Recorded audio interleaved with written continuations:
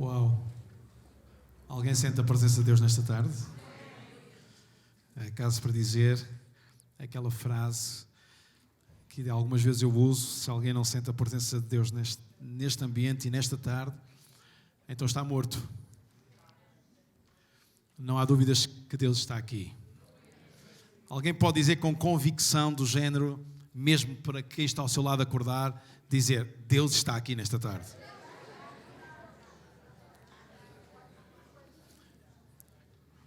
Nós estamos muito felizes com uma série de gente que está connosco e eu gostava de perguntar assim: quem é que está a visitar-nos nesta tarde pela primeira vez? Sei que temos ali alguém que nos visita. Mais alguém? Só uma pessoa? Bom, então eu vou pedir uma grande salva de palmas para esta irmã que nos visita e para todos que estão lá em casa também nesta tarde. Amém? Boa, eu estou muito feliz por nesta tarde poder ter a oportunidade de ministrar a palavra de Deus. Faz algumas semanas que aqui a um domingo não tenho essa oportunidade, com tantas visitas boas que nós tivemos, e tem sido uma bênção incrível todas as pessoas que têm passado por aqui e a forma como eles têm trazido a palavra de Deus, o coração de Deus até nós. Verdade ou não? A minha gente está cá ou não? Vão-me ajudar ou não? Boa, ok. Você pode dizer amém e pôr um sorriso? Amém. E o sorriso? Vamos ver daquele lado. Um amém e um sorriso. Amém. Deste lado, aqui no meio, um amém e um sorriso. Amém. E daquele lado, um amém e um sorriso. Amém. Pronto, foi bom, foi bom. E eu estou realmente muito empolgado nesta tarde por trazer até vós algo que Deus colocou no meu coração, algo que está no meu coração e que tem vindo a crescer, e muito provavelmente aquilo que vou partilhar hoje não será alguma coisa que ficará só por hoje, mas que terá se calhar parte 2, parte 3, porque tem muito a ver com aquilo que tem sido uma experiência, um sentimento, uma vivência. Nas últimas semanas, ou na última semana muito em especial, eu tenho tido a oportunidade de estar a ler um livro e tenho tido a oportunidade de partilhar alguns pensamentos com a equipa de liderança desta igreja. E vou fazendo uma coisa: estou no meu tempo devocional, leio e depois escrevo os sentimentos, escrevo alguma coisa que eu li que achei interessante e mando para eles, não é? E tem sido interessante perceber a forma como Deus me está a levar pela mão para um novo processo de mudança de coisas cá dentro. E isto é bom quando nós aceitamos a mudança. Porque a mudança traz novos desafios. Porque a mudança traz uma nova mentalidade. Porque a mudança traz uma nova... Olha, vejam, por exemplo, hoje andam para aí uns quantos como eu, não é? Ou eu como eles, que andamos para aí muito tropicais. Já houve gente que me cumprimentou a dizer ula, ula. Houve gente que já tentou dizer, na brincadeira, dizer-me isto é quase o grupo do não sei, já não me lembro do que é, de qualquer coisa, não é? Então isto é interessante, não é? Uma igreja havaiana no Luxemburgo, não é? Isso era engraçado, não é? Mas a moda traz novos momentos, traz novos episódios, a vida traz novos momentos, novos episódios, e é um pouco sobre tudo isto. Entre as muitas coisas que li esta semana, houve uma frase que eu achei muito interessante.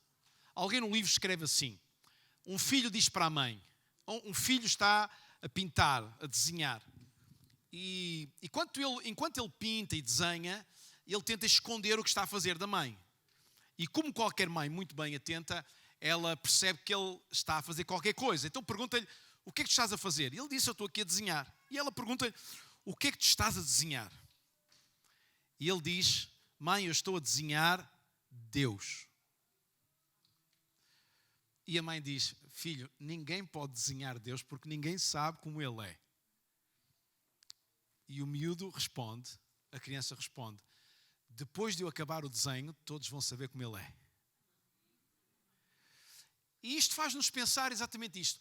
Muitos de nós dimensionamos Deus à nossa maneira.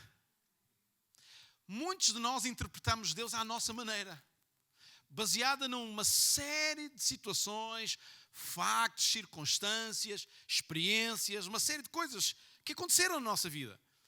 experiências em religião, experiências em igrejas, experiências por aí fora.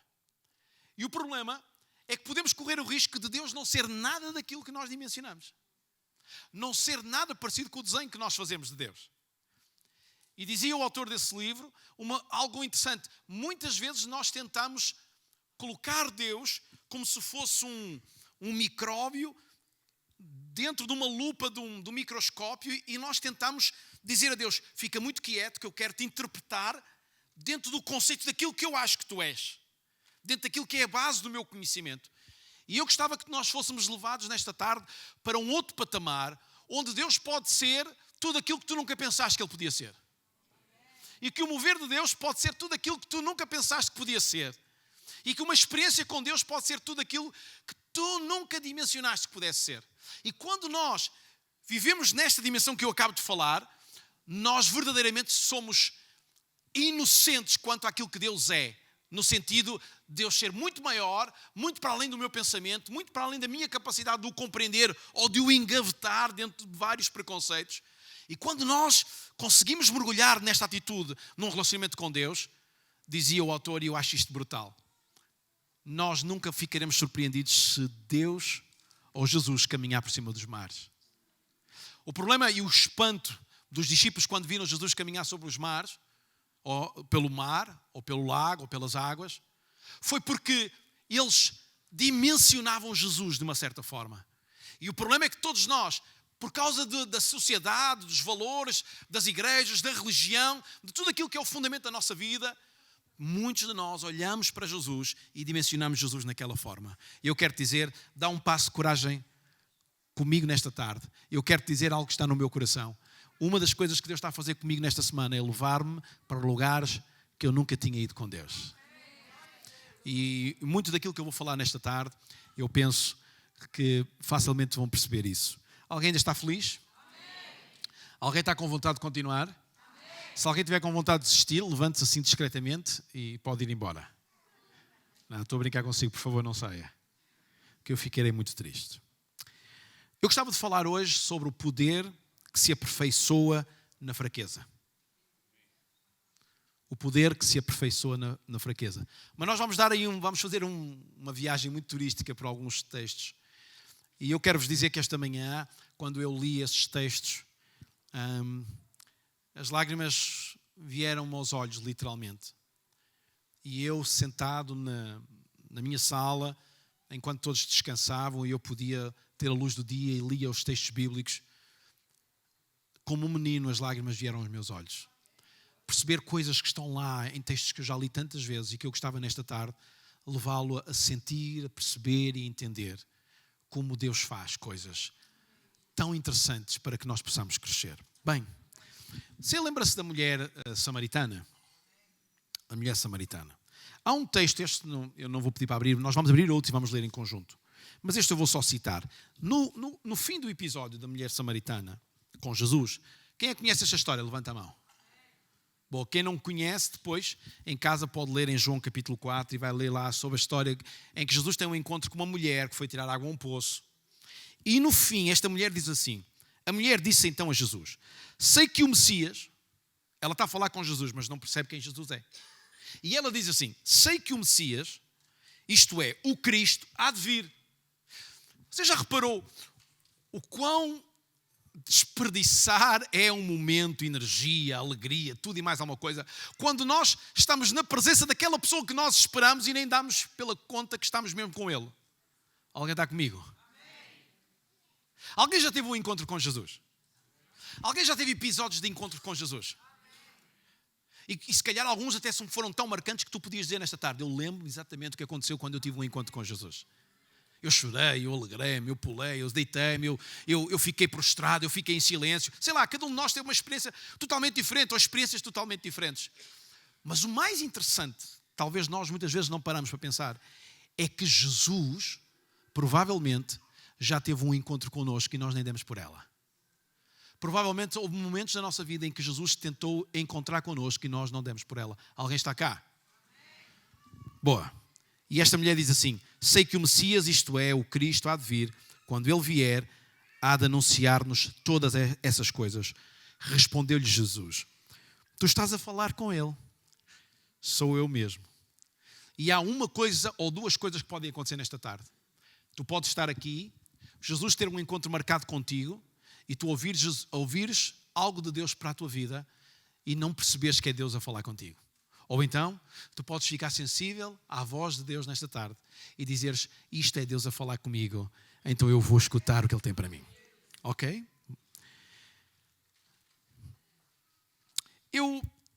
Eu gosto muito de mim.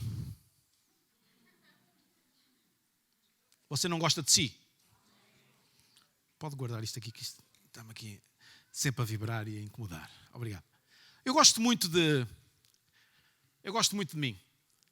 E sabe uma parte que eu gosto muito de mim? Foi aquele dia, aquela hora que eu disse sim a Jesus.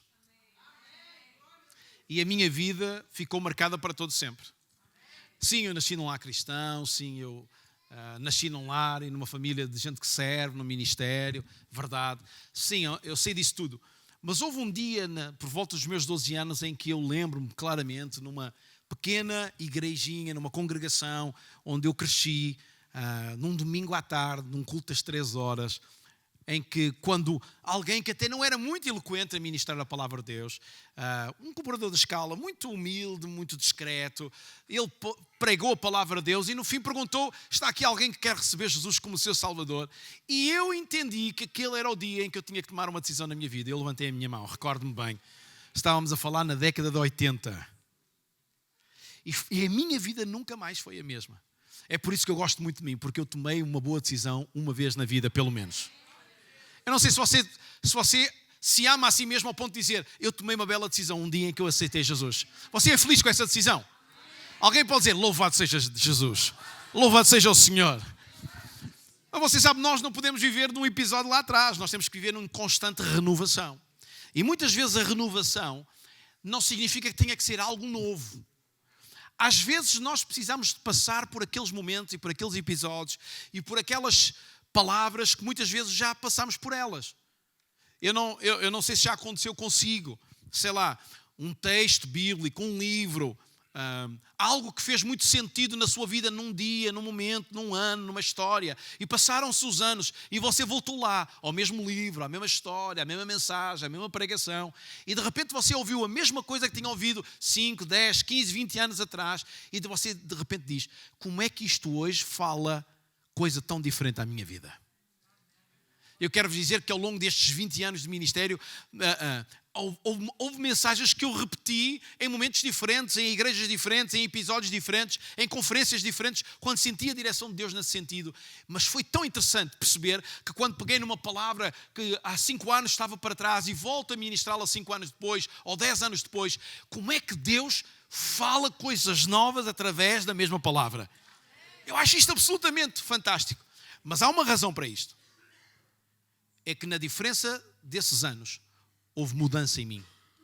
Houve crescimento em mim. Houve experiências novas.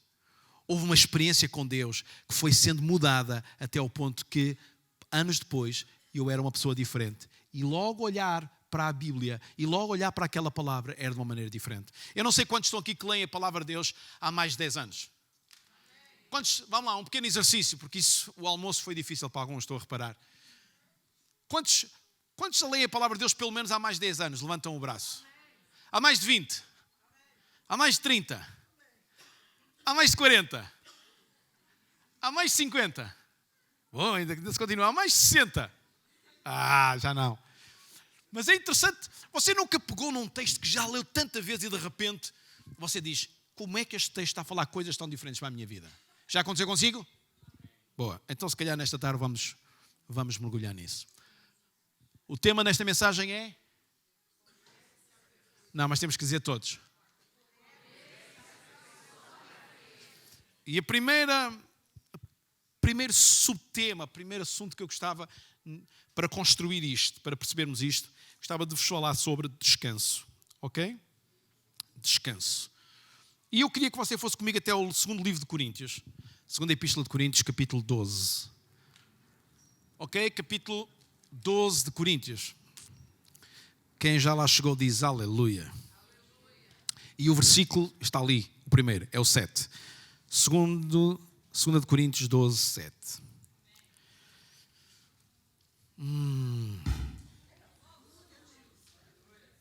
Quero-vos dizer que não foi nem o Espírito Santo, não foi Deus, não fui eu, não faço ideia de quem foi. Só espero que não se volte a repetir, senão é muito chato. Ok, versículo 7. E para que eu não ficasse vaidoso com a grandeza das revelações, foi colocado no meu corpo um espinho, um enviado de Satanás, que me atormenta continuamente. Isso impede que eu me envaideça. Estamos a falar, quem escreve isto é o apóstolo Paulo à igreja em Coríntio, ok? Então, Paulo está a dizer algumas coisas daquilo que aconteceu na sua vida, uma experiência que ele teve. Vamos continuar a ler. Por 3 vezes pedi ao Senhor que o afastasse de mim, mas ele respondeu-me: basta que tenhas a minha graça, pois a minha força manifesta-se melhor nas fraquezas. Por isso acho muito melhor orgulhar-me das minhas fraquezas, para que a força de Cristo desça sobre mim. Alegro-me, portanto, com as fraquezas, as injúrias, as privações, as perseguições e as angústias que passei por amor de Cristo, pois quando me sinto fraco, então é que sou forte. É interessante que o apóstolo Paulo, eu não sei quantos é que estão aqui que já têm assim ligação com a vida do apóstolo Paulo. O apóstolo Paulo é um homem muito importante naquilo que é a composição da Bíblia, mas também é um homem muito importante naquilo que é a igreja hoje. O apóstolo Paulo desenvolveu várias viagens missionárias que o levaram pelo mundo para que a palavra de Deus, que é muito interessante pensarmos nisto, não é um discípulo que conviveu com Jesus como qualquer um dos outros 12 que nós estamos muito habituados a falar, Pedro e outros do género, João. O apóstolo Paulo foi um homem que recebeu alguma coisa que ele depois partilhou, recebeu como herança. E ele percorreu o mundo tocando gerações, tocando cidades muito importantes, como Coríntio, como Roma, como Filipos, como a Galácia, toda aquela zona, receberam da parte de Paulo uma influência para a mudança da história daquelas cidades. E o mundo ficou, ouça, isto é tão importante e é tão interessante, que o mundo ficou afetado pela vida do apóstolo Paulo. O apóstolo Paulo não só foi um homem, não só foi um discípulo de Jesus, que recebeu por herança e levou para o mundo. O apóstolo Paulo foi muito mais do que isso. Foi alguém que Deus usou para marcar a história da humanidade.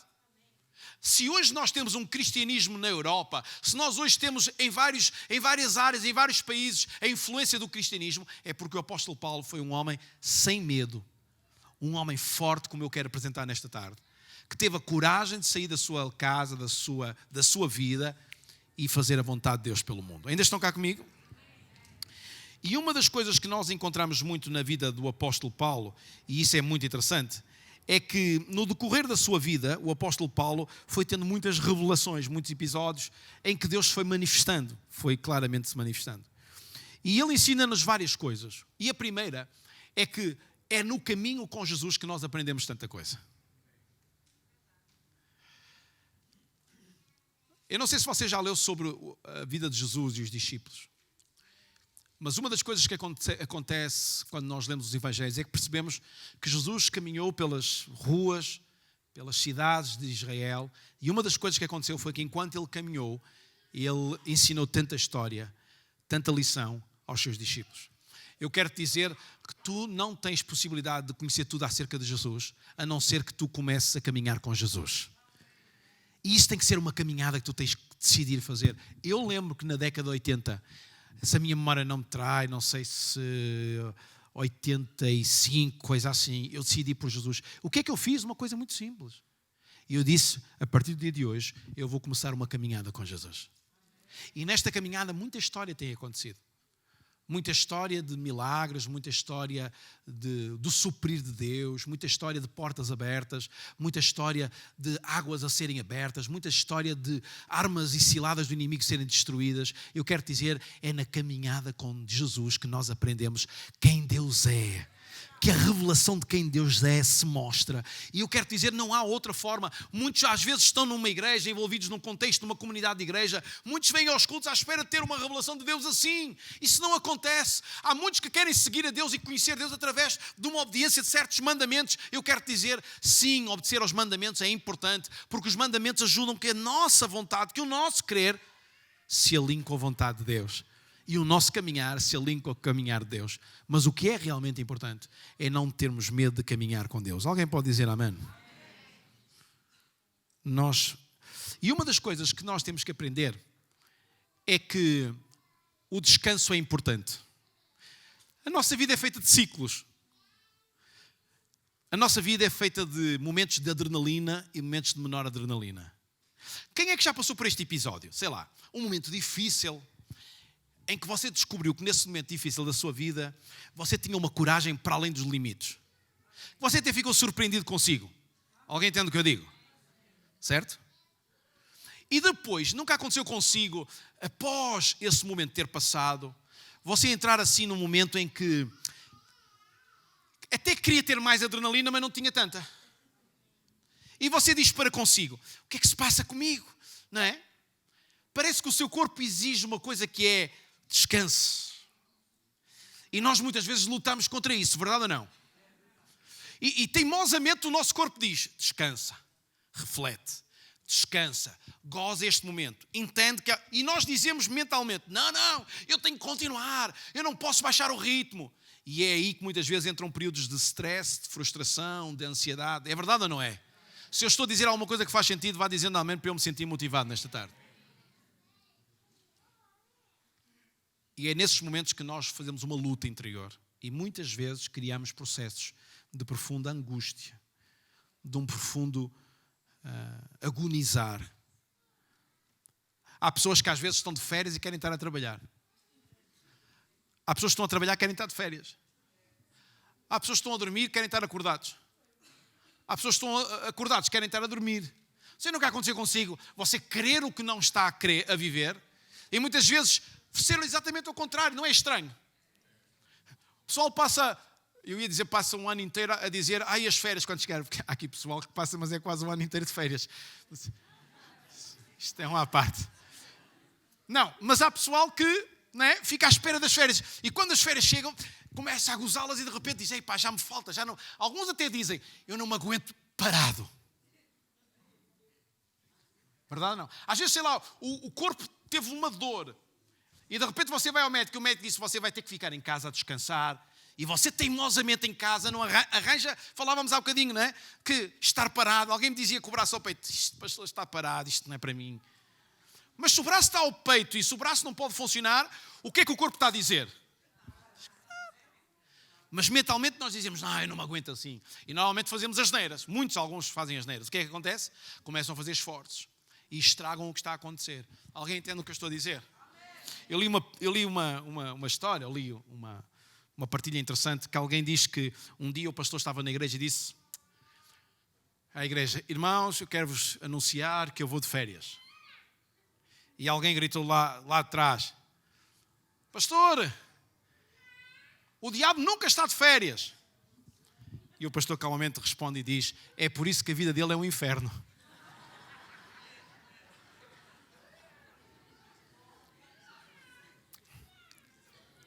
Se você quer que a sua vida não vire um inferno, aprenda a experimentar os momentos de descanso. Ouviram o que eu disse? Eu vou voltar a dizer porque isto é importante.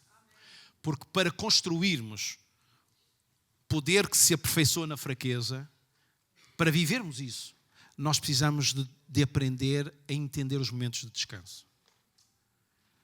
E os momentos de descanso são importantes para a nossa vida, porque são momentos em que muitas vezes Deus fala connosco. Deus fala connosco. Vocês lembram-se quando Deus criou o mundo? Deus disse, haja luz. E o que aconteceu? Deus criou o quê? Os répteis. Foi ou não foi? Alguns, se pudessem dizer, Senhor, dá para descriar os répteis. Alguns não gostam muito dos répteis, não é? Mas Deus criou os répteis. Deus criou os animais. Certo ou não foi? Deus criou o homem, correto ou não? E depois o que é que aconteceu? Alguém se lembra? O que é que acontece? Olha, eu fui lá buscar o texto. Está lá em Gênesis capítulo 2, se alguém quiser dar lá um salto, rapidamente. Versículo 1 diz assim, 2:1. Assim ficaram completos os céus. Ouça, que isto é tão interessante. Assim ficaram completos o céu e a terra, com tudo aquilo que contém.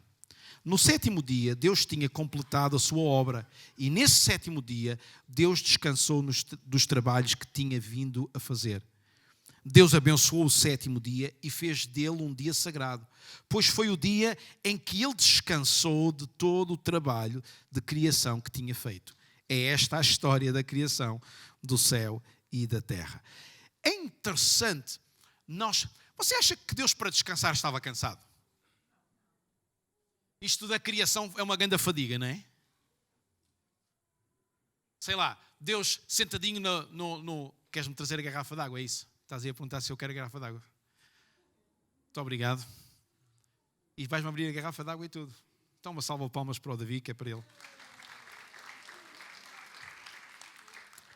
Você acha que, sei lá, estar sentado no seu trono e dizer, haja luz, e aconteceu luz, isto é uma grande trabalheira. Dizer, faça-se o réptil, e o réptil, puf, apareceu. Que grande trabalheira. Desenhar o homem e soprar vida nele, que grande trabalheira. Fazer adormecer o homem e tirar uma costela ao homem, ou de uma costela fazer a mulher. Que grande trabalheira, não é? Você acha que quando ali diz que Deus descansou, que Deus verdadeiramente precisava descansar? Ouça. O que Deus está a nos ensinar é um princípio importante. O princípio de aprendermos que a seguir aos ciclos tem que haver um período de descanso. É um ensino. E sabe porquê que é importante isto? Porque a nossa tendência é sempre trabalhar. Há gente que diz que o trabalho é sagrado. Quem é que já ouviu esta expressão? Mas é um erro. Porque segundo a Bíblia, o que acabamos de ler, o que é sagrado é o descanso. Ou eu não li bem. Versículo 3. E Deus abençoou o sétimo dia e fez dele um dia sagrado. E o que era o sétimo dia? O dia do quê? Interessante, não é? E estava eu nas minhas conjecturas com Deus e a ouvir o Espírito. E o Espírito ia-me revelando isto. Claramente o Espírito ia-me mostrando isto. É tão importante nós percebermos que há o primeiro dia, o segundo dia, o terceiro dia, o quarto dia, o quinto dia, o sexto dia em que nós trabalhamos e acumulamos uma série de experiências e vamos caminhando com Deus nessas experiências e vamos tendo experiências. E no sétimo dia é o dia em que nós temos que parar, descansar, para refletir sobre aquilo que têm sido as nossas experiências. E para que Deus possa fazer uma coisa muito simples, comunicar connosco e nos levar a ter uma experiência de aprendizagem sobre aquilo que nós vivemos. Porque a partir do sétimo dia, não vem o oitavo dia. A semana volta a começar com o primeiro dia da semana. E quer dizer uma coisa muito simples, que no primeiro dia da semana Deus vai nos levar a ter uma série de experiências novas que têm que ser acumuladas e que têm que ser vividas com a experiência daquilo que foram os 6 dias antes, mais o dia de reflexão. Alguém está a perceber o que eu estou a dizer nesta tarde? Ouça, resumidamente eu estou-vos a tentar demonstrar isto. Há ciclos na vida e nós temos que aprender a parar nesses ciclos e entrar num período de descanso onde nós refletimos sobre aquilo que aconteceu. E onde Deus nos ensina claramente quais as lições que nós temos que tirar daquilo que aprendemos. Deus sempre trabalha em nós, em tudo aquilo que nós passamos. Quem é que já teve momentos da sua vida felizes? Vocês até estão um bocadinho tristes com momentos felizes. Quem é que já teve momentos felizes e pode dizer, eu já tive. Bora lá, um bocadinho de orgulho santo, para quem está ao teu lado ficar cheio de fúria santa. Eu já tive. Nunca tiveste? Ok. Agora, o que nós vivemos foi alguma coisa que vivemos. E Deus tem algo novo para nós. Mas é impossível construirmos algo novo sem estarmos bem fundamentados e bem alicerçados em toda a experiência daquilo que nós já vivemos. Ainda estão comigo? E eu gostava que nós olhássemos para a vida de Paulo. Paulo é um mar de experiências neste sentido. Há pouco eu ministrava ali, antes do momento de nós sairmos, enquanto orávamos com a equipa de louvor e com toda a equipa que está a servir. E eu dizia algo neste contexto. Eu tenho vivido um tempo em que eu fiz algumas perguntas a Deus. E você sabe, quando a gente faz perguntas a Deus, quando nós nos atrevemos a fazer perguntas a Deus, nós temos que estar preparados para as respostas dele.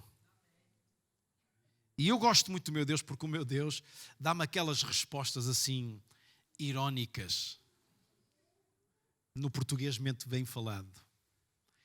E uma das coisas que eu perguntei a Deus é: Deus, o que é que há de novo? Deus, o que é que há de novo? E Deus disse-me: mas tu queres mesmo saber o que é que eu tenho de novo para ti? E eu disse: quero mesmo. E ele respondeu-me uma coisa que me deixou baralhado. Ele disse-me assim: ama-me.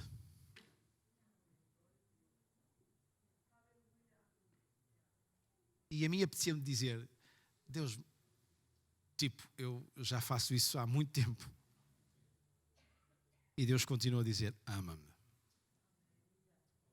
Deus, mas eu preciso entender o que é que há de novo no meio desta história, qual o caminho. E Deus continua a dizer: ama-me. E você acha que resposta que Deus dá, não é?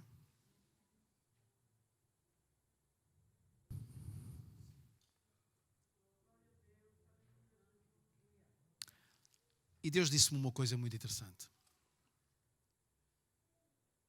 Se tu queres viver a minha vontade para ti, tu tens que conhecer o meu coração. E só há uma forma de tu conheceres o meu coração: é amando-me. Amando-me quando tudo não colabora para que tu me ames. Amando-me quando tudo não bate certo para tu me amares. Amando-me quando as circunstâncias pesam demais sobre os teus ombros. Amando quando quase que te apetecia enfurecer-te comigo. Ama-me. E sabes quando é que Deus falou isso? Quando eu tirei um tempo para descansar depois de um ciclo. Em que eu disse: Deus, eu preciso de uma calmia de coração. Ninguém vai escutar a voz de Deus com profundidade se não parar. Uma das coisas que Jesus mais fazia com os seus discípulos, e você vai encontrar nos evangelhos, é que Jesus dizia muitas vezes aos discípulos: parem e vamos ter um tempo de comunhão. O que é que Jesus estava a dizer? Tens que parar da tua vida, da tua correria, tentar fazer isto, aquilo, aquilo outro, de comprar para a despensa, de fazer isto, de ganhar dinheiro, de trabalhar. Trabalho não é sagrado, sagrado é o descanso. Porque é no descanso que nós preparamos aquilo que vem para o 8º dia. Que é então novo e que Deus tem para nós. Alguém está cá comigo? Quando eu perguntava a Deus: o que é que tu tens para mim? E Ele disse: ama-me. Por alguma razão, Deus quer dizer algo do género, entendi eu. O que tu tens para mim é muito maior do que aquilo que eu posso imaginar ou de saber lidar. E eu tenho que estar bem firme numa coisa: é no amor que tenho por ti. Que tipo de relacionamento tens tu com Deus? O teu relacionamento com Deus é mesmo de amor? Tu conheces o coração de Deus suficiente de ponto em que tu podes dizer que o amas? Ou melhor, tu o amas de forma que conheces o coração dele sobre a tua vida? Ainda estão cá? É interessante, e há pouco eu dizia isto. Quando nós queremos ministrar à vida de alguém, nós temos que ter este exercício. Eu não sei se alguém já foi usado numa palavra de conhecimento, de sabedoria para a vida de alguém, profética para a vida de alguém. Não sei se alguém já pregou para pessoas, se alguém já cantou para pessoas, ministrou à vida de pessoas. Mas há um exercício que nós temos sempre que fazer, que é este. Deus, como é que tu vês esta pessoa? E nesse exercício Deus vai nos dizer uma coisa muito simples. Eu amo essa pessoa ao ponto que eu dei a minha vida por ela. Qual deve ser a nossa atitude quando nós olhamos para alguém e queremos ser de bênção para alguém? Amar a pessoa porque Deus a ama. Enquanto nós não amarmos a pessoa, nós não vamos conhecer o coração e as necessidades da pessoa, porque isso não nos será revelado, porque nós precisamos de amar pessoas. Alguém está cá? Diz lá quem está ao teu lado, tu amas pessoas?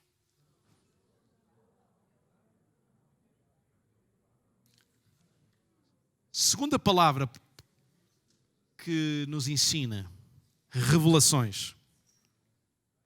Vamos todos dizer? Você sabe que o apóstolo Paulo era um fariseu? Quantos sabem? E dos bons. Segundo aquilo que nós entendemos, eu não sei se você sabe, as vestes de Estevão foram colocadas aos pés de Paulo. Significava que ele tinha muito conceito, era muito conceituado o apóstolo Paulo. Aliás, ele era tão importante que muito mais de metade do Novo Testamento foi escrito pelo apóstolo Paulo. E há a Epístola de Coríntios, que nós já lemos no capítulo 12, e eu penso que deve estar lá a Bíblia, se não tem, 2 de Coríntios, capítulo 12, versículo 1. E eu gostava de falar aqui um pouco sobre a humildade de Paulo. As revelações são muito importantes para que nós entendamos os processos de Deus. Vamos ler isto com muita atenção. Versículo 1. Embora não seja conveniente alguém gloriar-se, é necessário que o faça para falar das visões e revelações que recebi do Senhor. Eu gosto do apóstolo Paulo, não é? Paulo está a dizer, olha, eu sei que não é muito conveniente alguém gloriar-se de alguma coisa que experimentou ou que fez, mas também é assim, se não contar que aconteceu com ele, aquilo ninguém vai saber e não vai ser de bênção para ninguém. Estão a entender? E eu gostava que agora nós fôssemos aqui ao texto e esmiuçássemos aqui algumas coisas. Está bem? Dá? Estão comigo mais uns minutos? Versículo 2. Se alguém em Cristo, sei de alguém em Cristo, e ele está a dizer, sei de alguém, mas quem era esse alguém? Vocês nunca leram este texto? Ele está a falar de quem? Paulo. Sei de alguém em Cristo que há 14 anos foi elevado ao mais alto dos céus. Se foi em corpo ou só em espírito, não sei. Deus é que sabe. Mas sei que esse homem foi elevado até o paraíso. Se foi em corpo ou só em espírito, não sei. Deus é que sabe. E lá ouviu coisas maravilhosas, coisas que ninguém deve contar. É desse que eu me posso orgulhar. De mim não me quero orgulhar, a não ser das minhas fraquezas. E mesmo que eu me orgulhasse, não o faria de modo insensato, porque só diria a verdade. Mas quero evitar que alguém tenha de mim uma ideia acima do que pode observar e me ouve dizer. Paulo teve uma experiência incrível. Uma experiência que eu me atrevo a dizer que nenhum de nós teve uma igual. E Paulo conta isto esmagando o seu próprio eu, esmagando aquilo que ele era. Porque ele percebia que não era digno disso. Mas é interessante que quando nós entendemos, e no texto que nós lemos há pouco atrás, diz que quando ele teve um espinho na carne, diz que ele lutou com isto, que ele até pediu 3 vezes ao Senhor que o libertasse daquela situação. Nem sequer eu vou perder tempo aqui nesta tarde a tentar explicar, porque nem eu mesmo tenho uma opinião mesmo profunda sobre aquilo que poderá ser o espinho na carne. Mas eu sei uma coisa, que era algo maior do que Paulo e muito difícil de Paulo transportar e lidar. E Paulo pediu a Deus, Deus, liberta-me disto, uma vez. Deus, liberta-me disto, 2 vezes. Deus, liberta-me disto, 3 vezes. Mas aquilo continuou com ele. Mas Paulo mostra, se eu tenho dificuldade em lidar com algumas coisas, também, por outro lado, Deus me escolheu para me revelar coisas que são maiores do que eu. Então significa uma coisa muito interessante nesta tarde. Por mais episódios negativos que tu possas ter vivido na tua vida, por mais imperfeição que haja em ti, por mais coisas que tu lidas contigo mesmo e dizes assim, eu não sou capaz de lidar, eu quero te dizer, Deus te escolheu para te trazer revelações que estão acima daquilo que tu és. E eu gostava que nesta tarde tu pudesses mesmo perceber isto. Nós somos especiais, não por aquilo que somos, mas porque Deus nos escolheu para nos revelar coisas. Alguém está cá? Agora, Paulo era um homem com uma mente forte, com um coração forte. E é interessante, e eu gostava que fosse comigo até Filipenses capítulo 1. E eu acho que hoje, aqui em Filipenses, nós vamos levar uma bela bufetada de Deus. Filipenses capítulo 1, versículo 1, e diz assim. Todos estão lá? Alguém pode dizer aleluia? Quem está feliz diz glória a Deus. Quem quer que o pregador se cale diz amém. Estão atentos. Da parte de Paulo e de Timóteo, servos de Cristo Jesus, dirigimos-nos a todos os santos em Cristo Jesus que vivem na cidade de Filipos com os seus bispos e diáconos. Que Deus nosso Pai e Jesus Cristo, nosso Senhor, vos concedam graça e paz. Dou graças ao meu Deus sempre que me lembro de vós. É uma carta interessante, não é? Ainda estão comigo? Boa. Versículo 4 na minha Bíblia. Eu faço sempre com alegria menção de vós em todas as minhas orações, pela maneira como tomaram parte comigo na proclamação do Evangelho desde o primeiro dia até agora. Estou convencido de que Deus, que convosco começou a sua boa obra, continuará a aperfeiçoá-la até o dia de Cristo Jesus. É justo que eu tenha estes sentimentos a vosso respeito, pois vos trago a todos no coração, por tomarem parte comigo na missão que Deus me confiou, dando na minha prisão, tanto na minha prisão como na defesa e proclamação do Evangelho. Deus é testemunha de que vos amo a todos e o amor que vos tenho vem do próprio coração de Cristo Jesus. O que eu peço a Deus é que o vosso amor cresça cada vez mais com sabedoria e entendimento. Esta carta, nós deveríamos recebê-la como o apóstolo Paulo a escrever para nós. Porque é um desafio fantástico, não acha?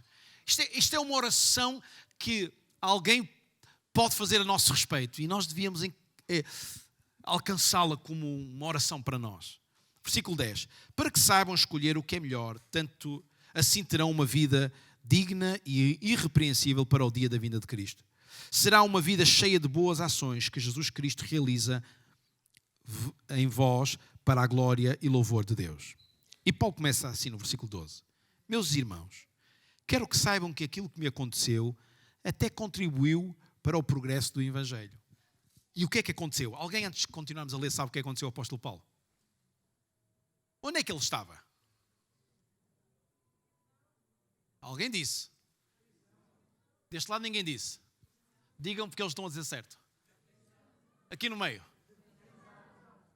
Até agora, a escrita deste homem parecia-vos de um homem que estava preso. Sejam sinceros.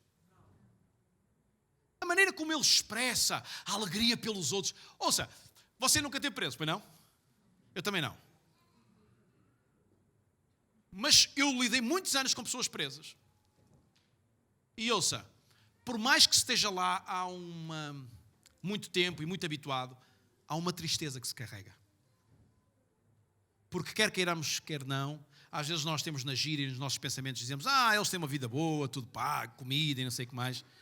Mas há uma privação da liberdade que nós não dimensionamos.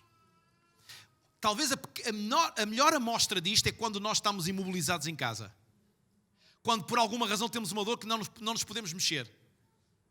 Alguém já passou por uma situação destas? Sei lá, o nervo ciático atacado. Sei lá, uma perna partida e você nem se habituava com as canadianas, tinha mesmo que ficar em casa a descansar. Sei lá, atrofiado dos membros inferiores, não se podia mexer. O que é que acontecia? Você queria sair, parece que é naqueles dias que nos apetece ir comer um gelado. Até aquele dia nunca nos apetece, mas naquele dia apetece. Nunca lhe aconteceu quando você não pode fazer alguma coisa, é quando mais lhe apetece fazer essa situação. Ainda estão vivos ou não? De repente, nós percebemos o que é a ausência da liberdade. E Paulo está preso. Mas até agora nós lemos um escrito de alguém que demonstra alguma paz. Ou melhor dito, demonstra várias coisas. Uma mente forte, um coração forte, paz verdadeiramente. Um homem que estava habituado a perceber que os momentos, por mais difíceis que possam ser, os momentos de descanso são descanso. Agora, para mim, aquilo que me arrancou quase o coração pela boca hoje foi a partir daqui do versículo 12. Paulo diz assim: meus irmãos, quero que saibam que aquilo que me aconteceu até contribuiu para o progresso do Evangelho. Dito de outra forma, estar preso é uma coisa boa. Ainda bem que ninguém disse amém. Porque senão eu ia lhe dizer, vá você para a prisão. Porque essa coisa de dizer que o outro estava preso e era uma coisa muito bem, amém, é muito fácil quando é os outros. E Paulo estava preso, versículo 13. Pois toda a guarda do palácio do governador e todos os demais sabem que eu estou na prisão por seguir a Cristo. Até aqui, nada novo. E a maior parte dos irmãos, por verem que estou preso, encheram-se de confiança no Senhor e têm mais coragem para anunciar a palavra de Deus. Estes irmãos já começavam a ver a revelação de Deus de uma forma mais perceptível. Não significa que uma coisa negativa seja para destruição. Não significa que algo menos bom que acontece à nossa volta é para nos destruir ou é para uma demonstração de que Deus não é capaz. Paulo estava preso e aconteceu uma coisa importantíssima. As pessoas estavam-se a encher de coragem porque percebiam o quê? Percebiam em Paulo, percebiam nos escritos de Paulo uma coisa muito simples. Este homem não está abalado. Se este homem que está preso por amor a Cristo não está abalado, quem somos nós para nos abalarmos quando vivemos uma liberdade física? Alguém entende ou não? E aqui eu sou obrigado a dizer isto nesta tarde, sem dó nem piedade. O mundo está preso e escravizado porque vive debaixo de um domínio de Satanás, do diabo, que os aprisiona sem eles saberem, que a vida eterna deles está hipotecada. E nós somos pessoas que, estando no mundo, vivemos livres. Então é claro que o mundo tem que ser contagiado pela paz, pela liberdade que há em nós. Isto tem que fazer a diferença. E só chega aqui a este patamar quem entende as revelações de Deus no dia 1, no dia 2, no dia 3, no dia 4, no dia 5, no dia 6 e no dia 7 ele guarda para pensar sobre aquilo que Deus fez, daquilo que Deus construiu, porque no dia 8 ele vai, ou no dia 1, outra vez de uma nova semana, ele vai novamente ter novas experiências com Deus. E nesse dia ele precisa transmitir ao mundo esta paz, esta alegria e liberdade que há em Cristo Jesus. Alguém pode dizer glória a Deus? E no versículo 15 diz, é certo que alguns anunciavam a Cristo por terem inveja, rivalidade, mas outros fazem-no com boa intenção. Uns fazem-no por amor, sabendo que tenham por missão a defesa do Evangelho. Outros anunciam por espírito de competição e sem sinceridade. Querem aumentar os meus sofrimentos agora que estou preso. Mas que importa? Seja com fingimento, seja com sinceridade, Cristo é anunciado. Aleluia! E isso é que me dá alegria e continuarei a sentir alegria, pois sei que tudo isto contribuirá para a minha libertação, graças às vossas orações e à ajuda que vem do Espírito de Jesus Cristo. O meu grande desejo e esperança é que não venha a ser envergonhado, mas que agora, tal como tem sido sempre, eu tenha a coragem para mostrar a grandeza de Cristo em mim próprio, seja pela vida, seja pela morte. De facto, para mim o viver é Cristo e o morrer é ganho. Aleluia! Ouça, você pode escrever isto no Facebook, você pode escrever isto no Insta, você pode escrever isto na sala, no quarto, onde você quiser, mas só entende que para mim o viver é Cristo e o morrer é ganho quem entende aprender com os momentos com Deus e mais do que isso, quando entende refletir sobre isto, percebendo que Deus tem algo maior do que aquilo que nós somos, para termos experiências que estão para além, para dizermos, não sei se na carne ou se no espírito. Eu gostava de continuar, mas vocês dão-me mais uns minutinhos. Ninguém vai embora. Pronto. Mas se o continuar a viver é útil, versículo 22, para o meu trabalho, então não sei o que hei de escolher. Estou pressionado de ambos os lados, tenho o desejo de partir e de estar com Cristo, o que seria incomparavelmente melhor. Paulo vai mostrando uma coisa, um homem de mente forte, de coração forte, um homem claro, com grandes experiências de revelação com Deus, e ele mostra que também há áreas na vida dele que são fracas, e nós temos que aprender a lidar com isto. Essa coisa de que os filhos de Deus são todos super-homens e super-mulheres, isso não existe, isso é religião, isso é engano. É por isso que muita gente anda desiludida no contexto de comunidade e igreja. Porque acha que tem que, se eu não estou a conseguir é porque eu sou fraco, é porque a minha fé não presta, é porque eu não mereço, é porque Deus não se lembra de mim. Não é nada, é só porque tu, como o apóstolo Paulo, és alguém com fraquezas. E aquilo que Deus tem para ti é muito maior do que tu. E saber lidar com isso é muito maior do que aquilo que nós somos. E requer uma aprendizagem, uma caminhada com Deus. E versículo 26, assim quando eu vos for visitar outra vez, sentirão por minha causa motivo de maior satisfação em Cristo Jesus. Procurem sim comportar-se de maneira digna do Evangelho de Cristo, quer eu vá ter convosco e vos veja, quer esteja ausente e receba notícias. O que desejo é que permaneçam firmes e unidos, lutando todos juntos pela fé do Evangelho. Não tenham medo dos inimigos, isso será para eles um sinal de perdição e para vós sinal de salvação. Tudo vem de Deus. Eu gosto disto, isto dá uma confiança incrível. Quando a minha vida é vivida numa caminhada com Jesus, e eu não importa por onde estou a caminhar, nem as experiências que vou ter, e quando de repente Deus diz, para, vais refletir agora sobre a tua vida. Um momento de descanso. E vais pensar sobre as revelações que tiveste lá atrás, porque haverá coisas maiores ali. E eu vou entender uma coisa, tudo o que eu vivi e tudo o que eu vou viver é isto. Tudo vem de Deus. Pois Deus, versículo 29, vos concedeu o privilégio não só de crer em Cristo, mas também de sofrer por Ele. Agora, como sabem, tomam parte no combate comigo, no mesmo combate que me viram sustentar e que ainda continua. Aleluia! Alguém pode dizer aleluia? Fiquem sozinho na sala. Você pode ir comigo rapidamente a Atos 16, rápido. Eu já lá estou, Atos 16, versículo 16. Ouça. Quem é este Paulo? Certo dia, quando íamos a caminho do lugar da oração, veio ao nosso encontro uma rapariga que tinha um espírito mau, que adivinhava. Como era escrava, os donos ganhavam muito dinheiro com as suas adivinhações. Alguém está a ouvir e diz aleluia. Ouça. A rapariga começou a seguir atrás de Paulo e de nós, gritando, estes homens são servos do Deus Altíssimo e vêm mostrar-vos o caminho da salvação. Fez isto durante vários dias. Então Paulo, já irritado, diga comigo, já irritado. Diga comigo, Paulo também se irritava. Não é desculpa para você se irritar, mas vai acontecer. Você entendeu ou não? Mas não é sobre isso que eu quero dizer. Virou-se para ela e disse àquele espírito, em nome de Jesus Cristo, ordenou que saias dela, e no mesmo instante o espírito saiu. Aleluia! Quando os donos da escrava viram que já não podiam fazer mais negócio com as adivinhações, agarraram Paulo e Silas e levaram-na à praça pública, à presença das autoridades. Quando os apresentaram aos oficiais romanos, disseram, estes homens andam a perturbar a nossa cidade. Mas o que é que eles tinham feito de mal? Paulo e Silas podiam dizer, Deus, se é para isto, não me chames. Não nesta igreja, mas há aí crentes quando às vezes as coisas não correm de feição na esperança daquilo que esperavam viver com Deus. Deus, se é para viver isto, então olha, vou mudar de igreja.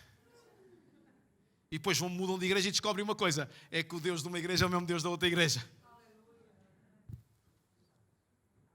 E é melhor não dizer mais nada.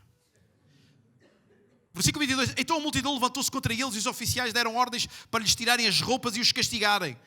Ouça, porque eles fizeram o bem, já estavam sem roupa e castigados. Bateram-lhe muito e depois meteram-nos na cadeia, dando ordens ao carcereiro para os guardarem com toda a segurança. Não diga amém, porque se lhe tirassem a roupa e se lhe batessem, por você fazer a vontade de Deus, falar de Jesus aí a alguém, você não ia interpretar isso bem. E você, pelo menos durante um mês, ia ficar em casa a descansar e dizer, eu preciso do meu tempo com Deus. Para que Deus traga uma revelação, porque é que eu apanhei este enfardo de porrada. Olha Deus, se é para isto, não contes muito comigo, porque eu não estou nesta. Eu estou mais numa só de estar lá no culto, levantar a mãozinha, dizer, bendirei Jesus, aleluia, o Senhor está aqui. Alguns nem percebem bem o que é que estão a dizer quando dizem que o Senhor está aqui. Porque dizer que o Senhor está aqui significa que Ele está a revelar-se. Quando nós dizemos, vem Santo Espírito, significa que nós estamos a dizer Espírito Santo. É para mim. É que alguns cantam, vem Santo Espírito. Senhor, enche esta sala. O que é essa coisa de encher a sala? O Espírito Santo não vai encher a sala, vai encher pessoas. As pessoas cheias do Espírito Santo é que vão encher a sala. Foram-se embora. Ouça, versículo... Ouça, isto para mim, ouça, eu não, eu gosto da palavra. Versículo 24, o carcereiro, quando recebeu esta ordem, levou-os para o fundo da cadeia e prendeu-lhes os pés num cepo de madeira. Estão comigo ainda? Não, ouçam isto. Por volta da meia-noite, Paulo e Silas fizeram a primeira conferência de louvor que existiu. O que que tinha acontecido com eles? Tiraram-lhes a roupa, bateram-lhes, prenderam-nos. O homem que era responsável na prisão disse, pumba outra vez, louvado seja o nome do Senhor. O homem que comandava na prisão levou-os para dentro da prisão mais interior, onde a luz não chegava, prendeu-lhes os pés, amarrou-os, e eles o que é que fizeram? Glória, glória, aleluia. Não. Sabe, você fica tudo feliz de dizer aleluia, glória a Deus. Paulo e Silas maravilhosos. O nosso problema é esse, é que ficamos tão entusiasmados com a história que não aprendemos a lição. O que é que Paulo nos está a dizer? Não importa o que eu estou a viver, se eu percebo que na minha caminhada com Jesus muitas coisas vão acontecer que eu não espero. E com todas elas eu vou aprender que tudo vem de Cristo. E que tudo que vem de Cristo significa que vai haver alguma coisa que vai ser produtiva para a minha vida. Mesmo que eu não entenda o porquê, nem as razões, mas eu sei. E Deus vai se revelando e vai mostrando, e eu vou percebendo, e vou entendendo. E há um momento que no meio do cárcere ele diz uma coisa tão simples. Para mim o morrer é viver. Estando eu em Cristo. E agora você quer ficar de boca aberta. Você já leu este texto, se calhar nunca reparou isto. Ouça. Enquanto os outros presos escutavam, versículo 26, de repente, diga comigo, de repente, o chão tremeu tanto que abalou os alicerces da prisão. É Deus a fazer das suas. Não mandou o Espírito Santo para eles falarem em línguas estranhas. Não foi nada disso. Não mandou lá alguém para trazer uma profecia. Lá um iluminado que chegasse, o Senhor me disse que vocês vão sair daqui. Não foi nada disso. O chão estremeceu. Diga comigo, o chão estremeceu. Tanto que abalou os alicerces da prisão. Nisto todas as portas se abriram e as correntes que prendiam os presos soltaram-se. Eu não consigo entender como é que isto foi. Lá abalar e as portas abrirem-se, isto ainda consigo entender. Agora, ao ponto dos grilhões desapertarem, não consigo entender. Ouça, e eu acho isto fantástico. Diz que todos os presos se soltaram. O carcereiro acordou. Só acordou depois do tremor de terra. Sono abençoado. Este era meu irmão, de certeza. E quando viu que as portas da prisão estavam abertas, puxou da espada para se matar. Certo ou não? Está escrito. Porque pensou que os presos tinham fugido. Mas Paulo gritou bem alto. Não faças isto. Estamos todos aqui. Ouça, isto é de loucos. Quem é que... Ouça, nós não entendemos isto porque nunca tivemos presos. Mas alguém que esteja preso sonha sair em liberdade. Alguém que esteja preso até sonha fazer uma coisa que é... se houver um plano de fuga, eu estou nessa. Estou dentro. Qual é a jogada? É para fugir, eu vou fugir. Alguém está vivo? Alguém me está a escutar? Ouça. Um homem que está preso injustamente e está na prisão, de repente tudo treme, tudo arrebenta. E o homem, em vez de fugir, o que é que ele faz? Fica lá sentadinho. Sabes quem é que faz isto? Ouça, isto para mim foi fantástico. Só faz isto quem verdadeiramente é livre. Só um livre é que diz, eu não preciso de fugir. Só um livre é que diz, eu não preciso de fugir desta adversidade. Porque não é a adversidade que me prende. A adversidade pode vir, mas eu continuo livre em Cristo. Isto é fantástico. Isto tem que fazer toda a diferença. O mundo precisa de uma igreja que, embora a sociedade o oprima, a destrua, e muitas vezes levante situações contra ela, contra ti. Mas tu és livre. Não estão as tuas circunstâncias que te prendem.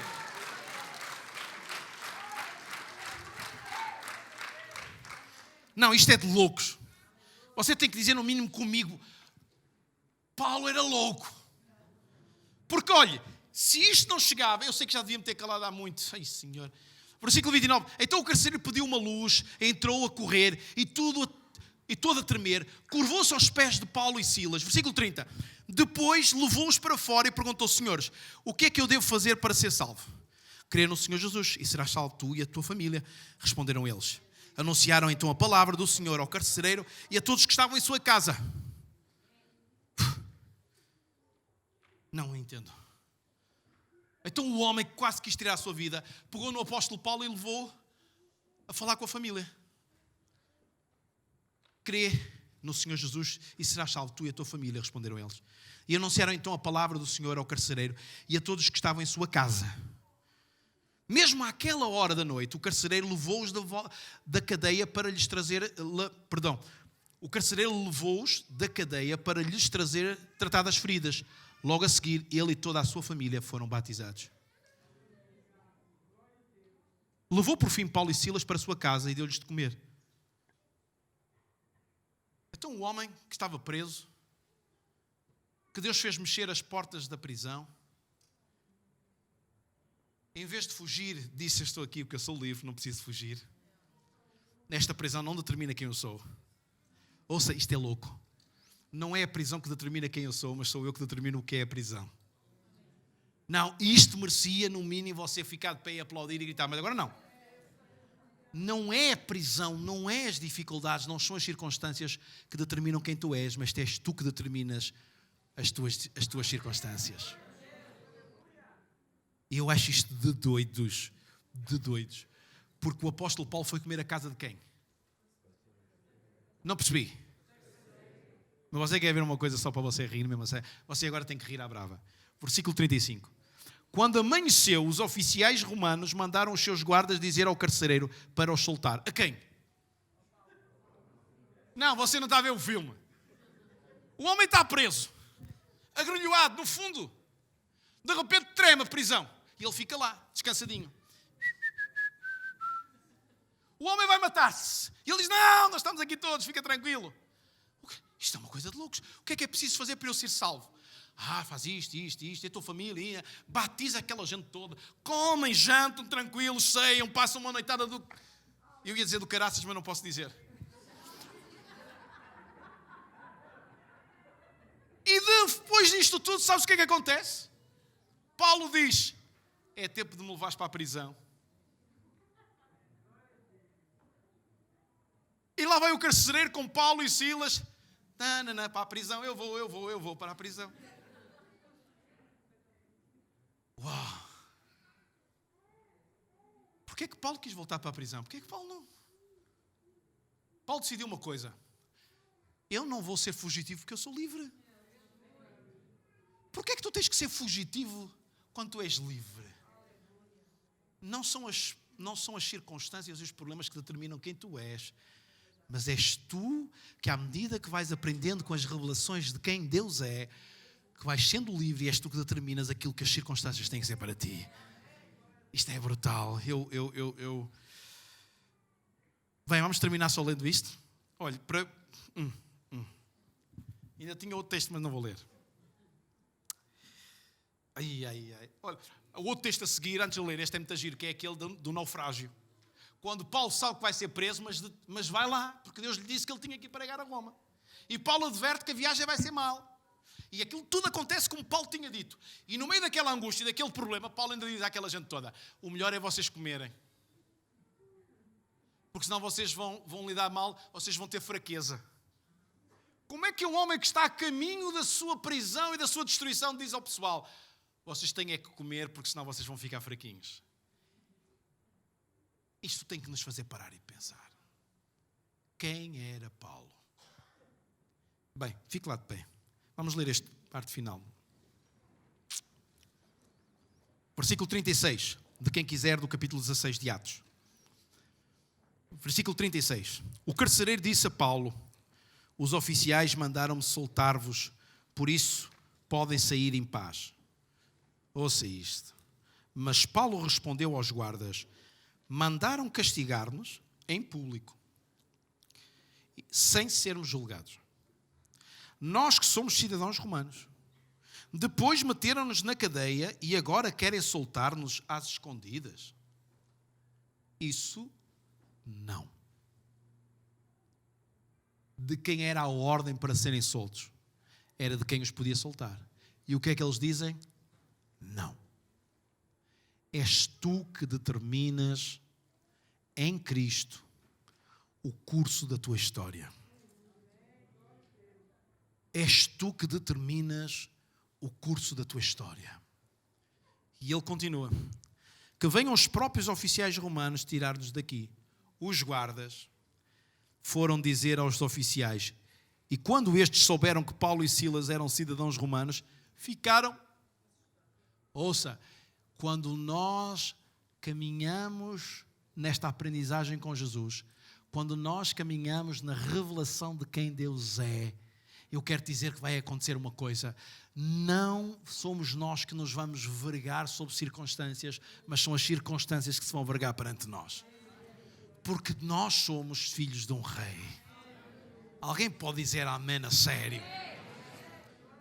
Versículo 39. Foram pessoalmente pedir-lhes desculpa. Puseram-nos em liberdade e rogaram-lhes que saíssem da cidade. Desta vez já não foi ordenar, foi pedir. Paulo e Silas saíram da prisão e foram à casa de Lídia. Depois de verem os irmãos e de os encorajarem, foram-se embora. Aleluia. Uau. Enquanto a equipa do louvor vai tomar o seu lugar, ouça isto. Qual é a lição que eu quero que nós guardemos nesta tarde? Paulo era um homem extremamente forte, mente forte, coração forte, um homem que tinha experiências únicas, mas que sabia as suas debilidades, e a certa altura ele disse 3 vezes, Deus liberta-me disto. Mas Deus disse que não. E Deus disse-lhe uma coisa muito interessante. No versículo 9 do capítulo 12, há este diálogo assim. Mas ele respondeu-me, Jesus respondeu a Paulo quando Paulo lhe pediu, liberta-me desta situação. Basta que tenhas a minha graça. Pois a minha força manifesta-se melhor nas fraquezas. Há traduções que dizem, a minha graça te basta, porque o meu poder se aperfeiçoa na fraqueza. Por isso, acho muito melhor orgulhar-me das fraquezas, dizia o apóstolo Paulo, para que a força de Cristo desça sobre mim. Paulo entendeu uma coisa, o poder de Deus, a graça, aperfeiçoa-nos. Paulo entendeu uma coisa muito simples, e algo que ele escreve. Alegro-me, portanto, com as fraquezas, as injúrias, as privações, as perseguições e as angústias que passei por amor de Cristo. Pois quando me sinto fraco, então sou forte. O que é que ele está a dizer? A gente tem que dizer à fraqueza, fraqueza, tu vens? E então, porque eu estou muito debaixo da pressão da fraqueza, eu vou dizer, sou forte. E isto vai mudar tudo. Vai mudar tudo se primeiro aqui dentro tu tiveres mudado. E para que aqui dentro tu mudes, tu tens que perceber os ciclos da vida, os períodos de aprendizagem e as revelações de Deus no contexto da nossa viagem. Dá para fecharmos os nossos olhos? Neste silêncio vamos permitir que Deus fale à nossa vida. Vamos permitir que Deus fale à nossa vida.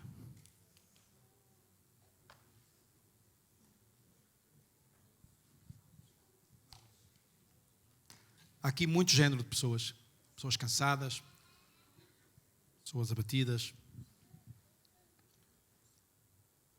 pessoas que questionam Deus de tantas coisas. Pessoas que entendem, que não entendem, outras entendem. Pessoas que nunca pararam para refletir sobre os ciclos da vida. Pessoas, cada um de nós é cada um e vamos entender Deus nesta tarde. Mas permite que o Espírito Santo que falou nesta tarde ministre a tua vida. E eu queria que nesta tarde nós pudéssemos ter um momento de encontro com Ele.